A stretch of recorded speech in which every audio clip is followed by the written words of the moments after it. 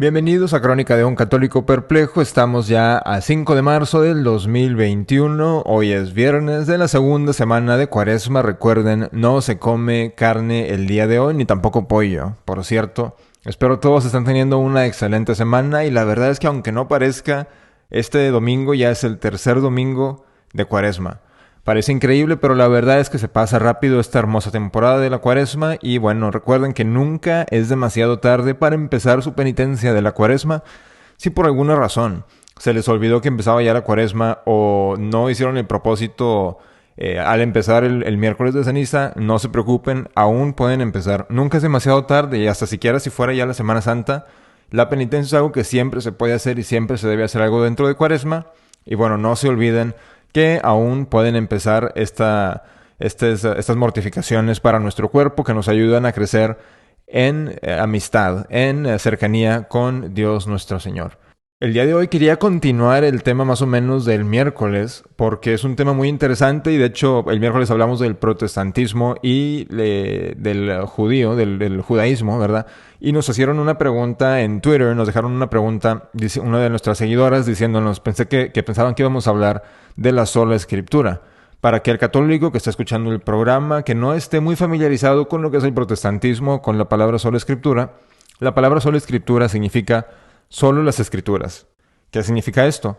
Para el protestante, para el no católico, las escrituras, toda enseñanza ortodoxa tiene que venir en la Sagrada Escritura. Ahora sabemos que como católicos no hay ninguna enseñanza que tenga la Iglesia, no hay ninguna práctica de nuestra religión que se contradiga a la Santa Escritura. Pero mucho protestante cree que ninguna enseñanza católica se puede reconciliar con la Biblia, que claro que es una mentira. Es un mito, es algo falso. De hecho, yo he estado en conversaciones con amigos en las que me dicen, oye, es que fíjate que ninguna de las enseñanzas de la Iglesia Católica, o mejor dicho, todas las enseñanzas de la Iglesia Católica están en contradicción de la Biblia. Y le dije, a ver, bueno, dame un ejemplo. Y no me lo sabían dar. Y me dice, no, es que todo. Bueno, si es todo, si sabes que es todo, dame un ejemplo. Para yo poder decirte que no tiene nada en contra, enseñarte la razón por la que no tiene nada en contra de la Biblia. Y no me podían dar ni una sola respuesta a esta pregunta mía. Y les recomiendo la verdad a los que tengan amigos o familiares protestantes, que tristemente hoy en día somos la mayoría, como les he mencionado en otros episodios, la mayoría de mis amigos son protestantes. Fueron gente que nació en la Iglesia Católica, fueron bautizados de bebés, recibieron su primera comunión y abandonaron a la Iglesia Católica. Ahora, esto pasa por una variedad de razones. Y lo que yo he tratado de hacer es decirle a mis amigos que crecieron en el catolicismo pero que lo han abandonado, decirles, mira, acompáñame a una misa tridentina, ven conmigo y los llevo, ¿verdad? Y mínimo para que sepan lo que han perdido, para que sepan lo que están rechazando. Porque la triste realidad es que en estos tiempos que vivimos en la iglesia, la mayoría del protestante que nació católico rechaza una idea del catolicismo que no es el verdadero catolicismo, como lo hemos hablado también aquí en el programa y lo seguiremos hablando por muchos más capítulos. Lo que rechazan no es el catolicismo, es el novosordoidismo, que no tiene nada de católico. Entonces, de hecho, sí, yo estaba escuchando a un pastor protestante hace un par de días y lo escuchaba para saber qué era lo que decía, ¿verdad?, en contra del catolicismo. Es un señor, se ve muy amable, no es de esos pastores, no se parece a esos pastores agresivos. Pero en su video estaba tratando de convencer a otro youtuber de no convertirse al catolicismo. Y la razón que le daba, una de las razones principales, le decía, oye, es que fíjate que si te conviertes al catolicismo, ya te fregaste, tienes que aceptar todos los dogmas que propone la iglesia. Mientras en el protestantismo, tú eliges qué dogmas quieres seguir. Ahora, si mal no recuerdo, corríjanme si estoy en error, Adán y Eva comieron del fruto del árbol del conocimiento del bien y del mal. Esto no significa que Adán y Eva no sabían lo que era malo y lo que era bueno, sino que significa que al hacer eso, ellos le dicen a Dios, ahora yo sé lo que es bueno y lo que es malo y lo que es verdad. Ese es el error. Pero ahora resulta que el protestante ya lo está admitiendo. Ya nos están admitiendo que ellos mismos son sus propios papas, que ellos mismos son sus propias Biblias. Porque nos dicen, es que yo creo en la sola escritura, o sea que todo viene en las Sagradas Escrituras, pero entre sí mismos están en desacuerdo. Dos protestantes pueden leer la misma Biblia y llegar a diferentes conclusiones. Explíquenme eso. Y no solamente con los protestantes, pero con los mismos católicos. Los católicos leemos la Biblia Y, claro, nos adherimos a la interpretación de la Iglesia Católica, pero un protestante lee la Biblia y está en desacuerdo de la Iglesia Católica. Entonces, ¿cómo puede ser posible que todas las enseñanzas vengan en la Biblia cuando ni siquiera entre protestantes se pueden poner de acuerdo? Y ahora, la verdad es que la Biblia dice que la Iglesia es columna y fundamento de la verdad, mientras que en ninguna parte de la Biblia habla de similar manera de las Sagradas Escrituras, porque son importantísimas, pero son una manera en la que la Iglesia, en la que los apóstoles del Nuevo Testamento nos comunican la verdad, pero no es una fuente de verdad en sí la Biblia. ¿Me entienden por qué? Porque no existía un Nuevo Testamento y ya había católicos. Los primeros católicos no tenían el Nuevo Testamento todo junto, ¿verdad? Y vemos también claramente que San Pablo le menciona en las epístolas que escribe que él va a visitar a los pueblos para corregirlos. Pero ¿por qué él iría a hacer eso si sencillamente les pudiera seguir escribiendo como los protestantes nos dicen hoy en día? Ahora, quizá el protestante le quisiera regresar en el tiempo y decirle a San Pablo: oye, San Pablo, fíjate que estás en el error. Todo debe de venir en la Biblia, así que si no escribes de algo, estás mal. Tienes que escribirlo. Por favor. Ahora, y también se encuentran con el problema de que nuestro Señor Jesucristo nunca escribió nada. Y le pidió a los apóstoles ir a predicar, pero de ninguna manera le pidió a los apóstoles, en ninguna manera, ningún lugar en los santos evangelios, les dice nuestro Señor a los apóstoles que tienen que escribir todo lo que les enseñó. Y en ninguna parte de los evangelios dice nuestro Señor que solamente lo escrito puede ser verdad. Y ahora, como les digo, para el católico la escritura no es necesariamente una fuente, es una manera de la revelación. Pero la Biblia no es revelación en sí, porque la verdad creemos que existe en Dios, ¿verdad? La Iglesia pudo haber escogido libros diferentes, ¿verdad? Si es que hubieran sido legítimos. Sabemos que la Iglesia Católica nos dio, cuando se juntaron los libros de la Biblia, la Iglesia nos dio solamente los que eran verdaderos, ¿verdad? Los que contenían, los que estaban libres de error, los que la Iglesia recomendaba como Sagrada Escritura, como Escritura infalible, pero nos comunican la verdad de Dios, ¿verdad? Mientras que la tradición, lo que nos dejaron los apóstoles y lo que se comunica a través de ellos, también es otra fuente de revelación. Pero no es que la tradición en sí sea la revelación en ella misma, sino que la tradición nos comunica la verdad de Dios. La Biblia nos comunica la verdad de Dios. Pero para el protestante es casi como un paganismo que adoran de manera y tienen una manera indebida de ver las Sagradas Escrituras. Que son infalibles, claro que sí. Son la palabra de Dios, 100%, pero nos comunican la verdad. No es verdad, no era que San Pablo estuviera escribiendo y mientras iba escribiendo iba inventando la verdad. La verdad existía, la verdad existe, una sola verdad, una sola doctrina, una sola fe, como nos dice San Pablo, y San Pablo nos está comunicando lo que es esa verdad. Y la verdad que es Cristo Jesús. Ahora, si algo de lo que dije está en error, claro, yo trato solamente de dar lo que enseña la Iglesia Católica. Si algo de lo que dije está en error, bueno, pues soy yo el que está mal, ¿verdad? Y la Iglesia Católica es la que tiene toda la verdad. La Iglesia es la doctrina católica la que estoy tratando de comunicar, así que no es que yo diga que esta es la verdad, solamente trato de comunicar lo que la Iglesia nos enseña, lo que la Iglesia nos propone para nosotros y a lo que debemos de dar sumisión completa de nuestra inteligencia y de toda nuestra humanidad a lo que nos enseña la Iglesia. Y vemos que el protestante cree que es una sumisión completa al individuo. Y es por esto, ya para terminar este segmento, y es por eso que el protestantismo es naturalismo, el protestantismo es liberalismo, porque cada quien puede escoger lo que es verdad para ellos. Así que cuando el protestante evangélico conservador se queja de los transgéneros y de los homosexuales, a ver, espérame, ¿cómo te puedes quejar si tú crees lo mismo? Tú tienes la misma ideología de ellos, y no solamente eso, sino que tu ideología es la raíz de todo el error moderno, ¿no? Entonces, háganle, si tienen algún amigo o familiar que crea en esta ideología falsa, mándenle este podcast, háganle estas preguntas.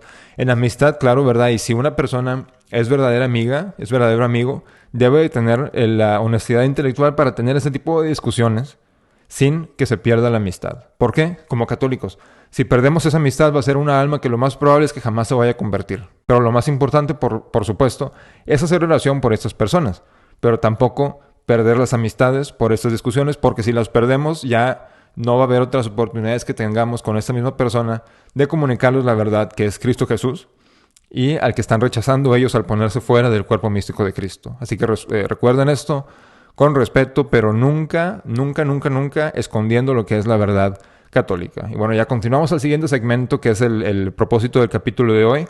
Voy a hablar un poco de San Silvestre de Asís, que no es un santo canonizado, pero aún así es uno de los siervos de Dios que la Iglesia nos da para nuestra veneración. Entonces les voy a hablar un poco de lo que hizo esta persona. Y bueno, esta información para este segmento acerca de San Silvestre de Asís se los voy a comunicar del libro The Seraphic Order, A Traditional Franciscan Book of Saints. La Orden Seráfica, un libro tradicional de santos franciscanos, publicado por Mediatrix Press. En la descripción de este capítulo les dejo el link les dejo el enlace a este libro, que se lo recomiendo. La verdad es que es de los libros que más recomendaría yo. No lo he leído todo porque lo que nos propone este libro es un santo por día. Entonces, hoy estamos a 5 de marzo. El San Silvestre de Asís fue el santo del día 4 de marzo. Entonces, es por eso que ayer en la noche lo estaba leyendo y dije, wow, tengo que hablar de este santo en el capítulo de este viernes, de hoy en día. Y bueno, San Silvestre fue uno de los primeros 12 asociados que se juntaron con San Francisco de Asís. Por eso es San Silvestre de Asís, que se juntó con San Francisco de Asís. Y fue el primer sacerdote en la orden franciscana. San Francisco de Asís llegó a ser diácono, pero como yo tengo entendido, no fue sacerdote. O si fue sacerdote, lo fue ya muy tarde en su vida. Al igual que San Mateo, que fue llamado al Evangelio, a ser apóstol de nuestro Señor Jesucristo, al ser un cobrador de impuestos, San Silvestre fue llamado a la vida evangélica por San Francisco, al ser San Silvestre una persona que, adinerada, por decirlo así, de muy buena familia. San Francisco lo llama a la vida de su orden franciscana, a vivir una vida de pobreza perfecta.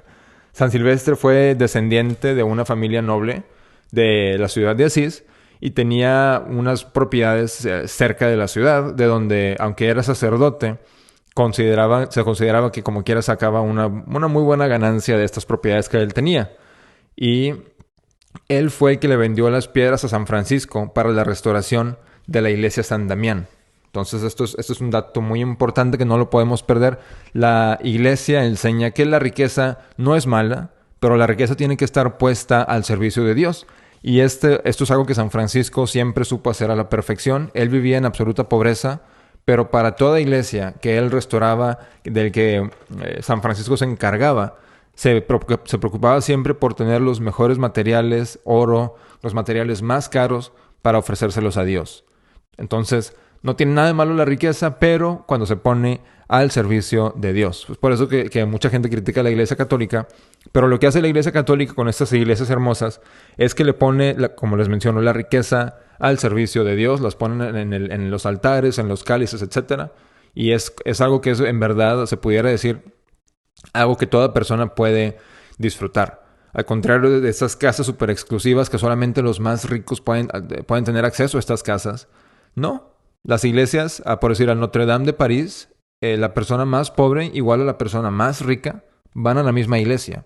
Entonces los tesoros de la iglesia son para todos. La persona más pobre puede ser sacerdote y utilizar un cáliz de valor material infinito, igual como el sacerdote que venga de mejor familia.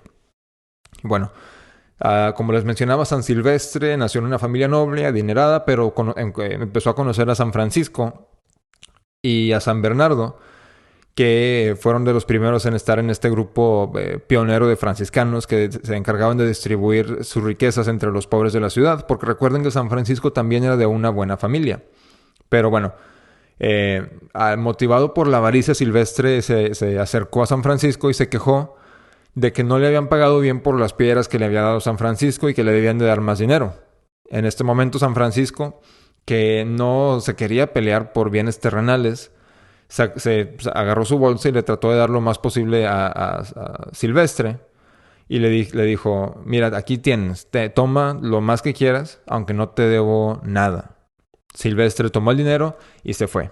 Bueno, ya. súbitamente como que le empezó a entrar un poco de remordimiento a Silvestre y se acerca al canon eh, de la Catedral de San Rufino, que bueno, era él mismo, él era el canon de esta catedral, y como ya era un hombre más viejo que San Francisco, más viejo que los que estaban siguiendo a Francisco, pero a él le dio pena que Francisco, siendo un hombre joven, un hombre que bueno, de acuerdo a nuestro conocimiento humano, pues debería de ser menos sabio, ¿no? Porque es un hombre joven, que era Francisco, y Silvestre siendo un hombre ya más viejo, un sacerdote. Que tuviera él más avaricia que un hombre joven, que normalmente los jóvenes pues somos considerados, porque yo me sigo considerando joven, como que nos gustan las riquezas, pero ya entre más vamos adquiriendo la sabiduría, bueno, ya entendemos que la riqueza no es lo más importante en la vida. Pero de esto se sorprende San Silvestre porque sabemos que San Francisco vivió una vida de pobreza perfecta. Bueno, ya al haberle entrado el remordimiento, se arrepintió y dijo, bueno, tengo que corregir este mal que he hecho y con la ayuda de Dios que ayuda a todo pecador arrepentido, tengo que crecer yo en la generosidad. Durante un sueño Silvestre vio a Francisco con una cruz brillante que se acercaba al cielo y tenía como que las vigas llegando al cielo y extendiéndose también a la tierra. Y estaba viendo Silvestre en esta visión, en este sueño, a Francisco. Y sale un dragón de la ciudad de Assisi que se huye al ver la cruz. En este sueño lo tuvo Silvestre por 3 noches consecutivas y ya fue cuando entendió que la orden de San Francisco estaba destinada a la predicación de la cruz para quitar el mal de todo el mundo. Y empezó a vivir ya a partir de este momento San Silvestre una vida de penitencia y pobre. Y ya después de haber hecho esto, se encargó de que todos sus bienes que él tenía personalmente fueran vendidos a los pobres o dados a los pobres y que se los dividieran en ellos para que ellos pues, pudieran sacar para su sustento. Y fue humildemente a pedirle a San Francisco que le diera admisión a su orden. Francisco, claro, recibe a este penitente con mucha alegría y con una estima muy alta porque, como les mencionaba, Silvestre fue el primer sacerdote de la orden franciscana. Eran laicos que habían... fíjense que no sé si en este momento que fue admitido San Silvestre ya tenía San Francisco permiso del Papa para predicar el Evangelio, pero Silvestre fue el primer sacerdote. Entonces, por eso, también por su santidad, pero también por este hecho, pasa la historia de San Silvestre como el primer sacerdote de la orden franciscana. Ya al haber entrado a la orden franciscana, Silvestre se convirtió en amante de la soledad y de la oración.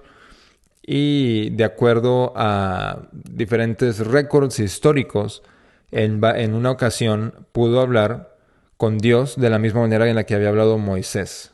O sea, de la manera en que habla un hombre con un amigo. En veces, cuando San Francisco dudaba de ciertas decisiones, él iba con Silvestre para que le ayudara a determinar lo que era lo que Dios quería para las diferentes situaciones. Y una vez San Francisco le mandó un mensaje a Silvestre en el que estaba tratando de decidir si debía de irse a predicar el Evangelio o si se debiese de dedicar solamente a una vida de oración. Y San Bonaventura nos dice que el Espíritu Santo le reveló a Silvestre, también a Santa Clara, que Francisco debía de ir a predicar el Evangelio. Y claro, las bases son una vida de oración, pero que no solamente se tenía que dedicar a la oración como un monje que vive en soledad, sino que su misión era ir a predicar el Evangelio. En sus etapas misioneras, en las diferentes regiones de lo que es hoy en día Italia, Francisco escogió a Silvestre como su acompañante. En la ciudad de Arezzo encontraban guerras que se estaban peleando y uno de los primeros biógrafos de San Francisco dice que vio a una gran multitud de demonios volando sobre la ciudad y que estaban como que tomando posesión de los habitantes de estas ciudades en las que había las guerras. Y San Francisco le pidió a Silvestre que fuera y que en el nombre de Francisco y en el nombre de Jesús sacara a los demonios de esas ciudades. Y pues Silvestre, como sacerdote, sí tenía esta autoridad sacramental, y Silvestre, claro, fue. Va Silvestre a esta ciudad y dice: en el nombre del Dios omnipotente y por virtud de su siervo Francesco, ¿verdad? Salgan de aquí, ustedes, espíritus inmundos, espíritus diabólicos. Los demonios se desaparecieron y desde ese momento entraron en paz los habitantes de esas ciudades que estaban en guerra, antes de que llegaran Francisco y los Silvestre y sus acompañantes a predicar el evangelio a estas ciudades. Silvestre vivió por 14 años después de la muerte de San Francisco, constantemente avanzando en la perfección, y murió con el olor de santidad en Asís en el año 1240 y fue enterrado en la iglesia de San Francisco. Entonces, esta es una breve exposición de la vida de Silvestre, siervo de Dios Silvestre de Asís. ¿Qué vemos hoy en día? Que hoy en día Asís es usado por los papas, empezando por Juan Pablo II, ahora Francisco, ¿verdad?, para promover juntas y oraciones ecuménicas. O sea, se juntan con diferentes religiones, como protestantes, con budistas, con otro tipo de paganos, a hacer oraciones en Asís, como si San Francisco hubiera sido un hippie. Y vemos, claro, de hecho, estudiando la vida del siervo de Dios Silvestre, vemos que los franciscanos no eran hippies como se cree que eran. Hoy en día se cree que los franciscanos eran hippies. O sea, de que amor y paz, y ya no se peleen, y pues lo que más importa es la paz, como dice el Papa Francisco, que por cierto, toma el nombre de San Francisco, que era uno de los evangelizadores más increíbles en la historia de la iglesia, que hacía penitencia como ningún otro santo lo ha hecho, y que nos dicen los sagrados escritores sobre la vida de San Francisco, que es el santo que más se ha parecido a nuestro Señor Jesucristo. De hecho, nos cuentan que a veces la gente lo veía y pensaban que era una aparición de Jesucristo. Así de tanto se parecía a nuestro Señor Jesucristo en las virtudes, en el ejemplo que daba San Francisco, pero hoy en día Asís se usa como si hubiese sido un hippie, ¿verdad? Y como vemos, Francisco y sus acompañantes, los que se convirtieron en los franciscanos, no eran hippies, iban a ciudades donde se estaban peleando guerras, iban a pelear contra los demonios, iban a predicar el evangelio, y en aquellos días no crean que es como hoy en día, de que, no hagan bullying, etcétera, etcétera. No, la gente, los hombres especialmente, tenían una idea muchísimo más apropiada de lo que era ser hombres, y se consideraba que estos frailes franciscanos, eran hombres del orden más alto porque hacían penitencia de una manera increíble. Y ahora, de hecho, hoy en día, si le comentas a un amigo que, como dicen algunos, mundano, que estás haciendo penitencia, se burlan de ti, pero no lo quieren hacer ellos porque les da incomodidad. Entonces, esto me pareció muy interesante, la vida del siervo de Dios Silvestre, y por eso se las quería compartir. Y voy a estar hablando un poco de los franciscanos, porque otro que fue también franciscano de la tercera orden de los franciscanos socialaico fue el beato Anacleto González, que es uno de los que yo creo que hoy en día, con tanta persecución, tal vez todavía no llegamos a la persecución de nuestros cuerpos, pero sí tenemos una persecución increíble de nuestras almas. La cultura moderna existe para destruir nuestras almas. Bueno, el beato Anacleto fue laico, fue abogado, y de hecho él dijo: yo, aunque soy abogado y pudiera ganar muy buen dinero, me voy a dedicar a la causa de Cristo Rey. Se dedicó a eso y terminó siendo mártir. Él fue también franciscano de la tercera orden, y es por eso que me encanta este libro, La Orden Seráfica, que está en inglés, de Mediatrix Press. Yo creo que uno de los mejores libros que tengo, y que me encanta. Lo tengo hace apenas como 2 semanas, pero que me encanta checarlo todos los días porque nos relata diferentes santos, y lo que me parece más hermoso es cuando hay un santo que fue conocido de San Francisco, porque yo admiro a San Francisco mucho. Y yo creo que es imposible para el hombre de hoy en día no admirar a San Francisco al conocer su vida verdadera. Al conocer su vida verdadera y no las mentiras que nos dicen hoy en día, las mentiras que nos dice, pues hasta cierto punto, el Papa Francisco, de que Francisco era hippie y amor y paz. No, San Francisco era: arrepiéntete y conviértete al evangelio. Y esto es lo que necesitamos todos hoy en día. También, claro, también en el movimiento tradicionalista, porque todos necesitamos conversión a Cristo. Entonces, necesitamos que salgan en el clero más San Franciscos, más San Ignacio de Loyola, más San Felipe Neri, que nos digan: tienes que convertirte. Y bueno, ya llegamos al final del programa del día de hoy. Espero que todos tengan un excelente fin de semana. Por favor, si les gustó, ya saben, pónganle like, compartan el programa, suscríbanse, déjenos un review en iTunes o en Spotify si nos escuchan por esos medios.